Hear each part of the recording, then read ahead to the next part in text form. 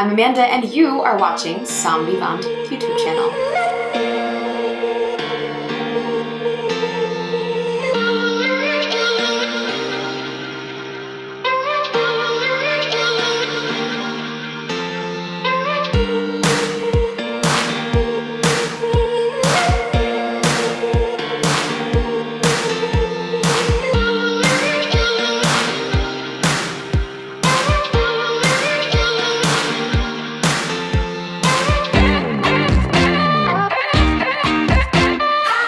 Hello again, my wine-loving friends, and welcome back to another episode of your weekly wine picks.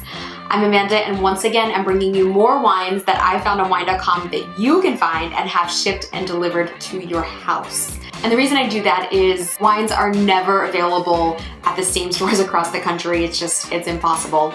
So this centralizes everything for me and allows me to recommend you great wines that you can then go and find and have shipped and delivered to your house. Now the key to this whole thing, and the reason that I am using wine.com to select these wines from as opposed to another online retailer, is the stewardship model for shipping that they have on the website. And really all it is sort of this Amazon Prime-esque model where you spend $49 for the entire year and get unlimited free shipping. And this isn't slow shipping, it's not budget shipping, this is really good overnight shipping. And just to give you an idea, today I ordered the wines that I'm gonna be filming for next week.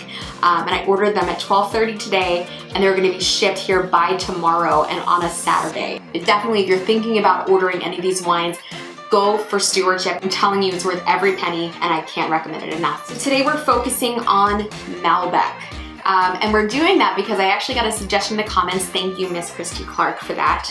Always happy to take recommendations and suggestions from you guys. I love to hear what you're thinking.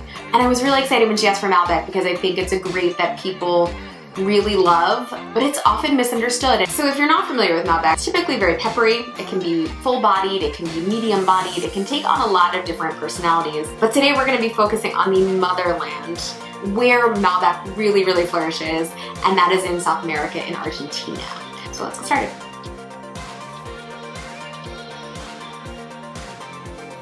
Another screw top. Are you excited? So truthfully, I didn't know this wine. I actually ordered a couple of different wines that piqued my interest on wine.com and asked a few friends for recommendations. And this one came up a lot. So this was actually really highly rated across the board. I'm not a points chaser. I'm not somebody that looks at points and says, oh, I have to buy this wine. But when somebody rates a wine across the board really well and it's $13.99, I take notice. This is not 100% Malbec. This is only 85% Malbec, 10% not, and then 5% Syrah. Look at that beautiful, dark, rich purple color. It's no surprise that the color is this rich and intense and violet kind of ruby. It almost has a purple hue to it. That's Malbec, that's the grape, and that's pretty common for this wine. But on the nose, you're getting that classic kind of peppery nose. But there's also a little bit of the olive and roasted meat characteristics coming out, and I think that's probably coming from the Syrah that's in there. That's a great wine. $13.99.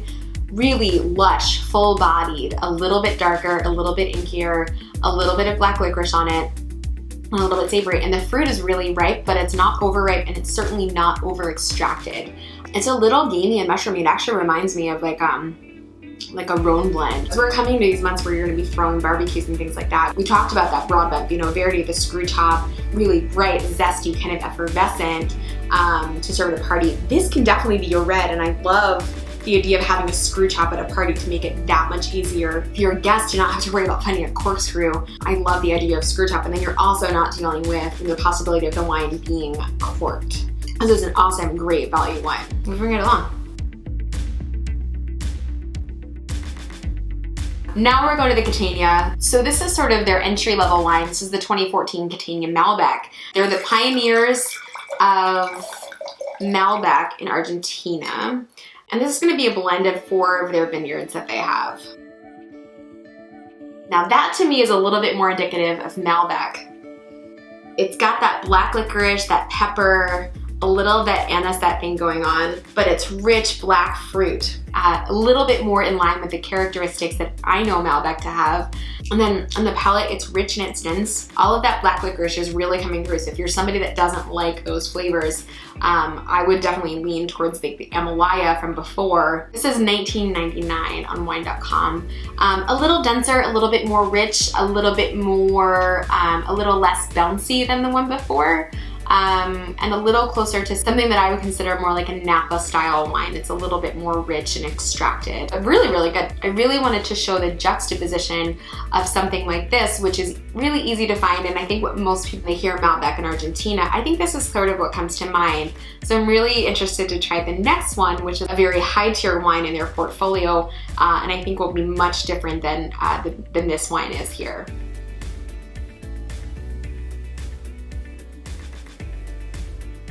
Okay, the moment you've all been waiting for, and the reason you probably clicked on this YouTube video, the single vineyard, Catena Zapata, Nicasia Vineyard, 2012, $135 Malbec. I'm actually really excited to try this. I only know these by reputation. The Catena family has been the leader in Argentinian winemaking for over a century. So these guys know what they're doing. Look at that color. Ooh. You know, so like certain wines, they have like that new car smell. It doesn't smell like a new car, but I opened a Harlan the other day. Somebody smelled it. I said, what does it smell like? And he said, it smells like the inside of a Bentley. It just smells expensive. My girl, Erica Jane, would love this wine because it smells expensive. Oh God, it smells so good. It's really rich. There's a lot of new French oak on here. Oh wow, that's really good. That's so much different than I expected it to be. I was expecting it to have this like dense, rich, intense finish. It's almost that perfect blend between a Napa Cab and a new Bordeaux. It has some like really new world sensibilities, but it has old world qualities to it. So it's $135. Certainly not an entry level wine, but definitely something to add to your cellar that's age worthy. The tannins are really silky, really velvety, really beautiful, but it's not a huge dense wine. It actually is kind of restrained at the end. It finishes almost with like a really nice salinity, so it kind of makes you want to keep going back to the wine. Even though it's so new, it actually is very, very drinkable young. You know what it doesn't have is that really intense peppery licorice anisette flavor that we got in the other one. I think about some of the higher end Napa cult Cabernets, the Colgans, the Screaming Eagles, the Harlans, the Bonds, and I think about how it would do in a lineup, but I think it actually would do really, really well. It's really silky and integrated and beautiful. I think so many people think they know Argentinian Malbec, and yet they've never had an expensive bottle of Catena Zapata. I'm just as guilty. I think in their minds, they think it's going to be a very rich, extracted tasting wine, and it's not. It's actually the complete opposite. It's actually a really lovely, elegant, balanced wine with a soft finish. This wine is aged in new French oak for 18 months before it's bottled, and then it's aged for 2 more years. So, having tasted the other Catena and tasting this now, is it worth the money? Yeah, it's totally worth the money. It's really good. It is far superior to its baby sister, and you know, I know a lot of you are saying, oh man, I wish the $20 bottle of wine was this good. And I do too, trust me. I wish wine this good were that cheap. But it's not. You know, it's really expensive to make good wine. It's expensive to get new French oak barrels. It's expensive to tend to vineyards like that. And it's expensive to hold back your wine for 2 years to let it age before you release it to the public. And unfortunately, that's just the case. Sometimes you get what you pay for. And in this case, I got what I paid for. This is worth $135 and then some. I'd buy it again. I'd buy a case and I'd cellar it and I would drink it over the course of the next 15 to 20 years. It is that good. Well, my teeth are purple and I tasted through all the Malbecs, and I don't know about you, but I had a great time doing it. So if you like this video and you enjoyed watching me taste everything, please do go ahead and give it a thumbs up. And if you like my channel and you like what I'm doing, go ahead and hit that subscribe button. Go ahead, do it. Until next week, thank you so much for watching, and I will see you again soon. Cheers.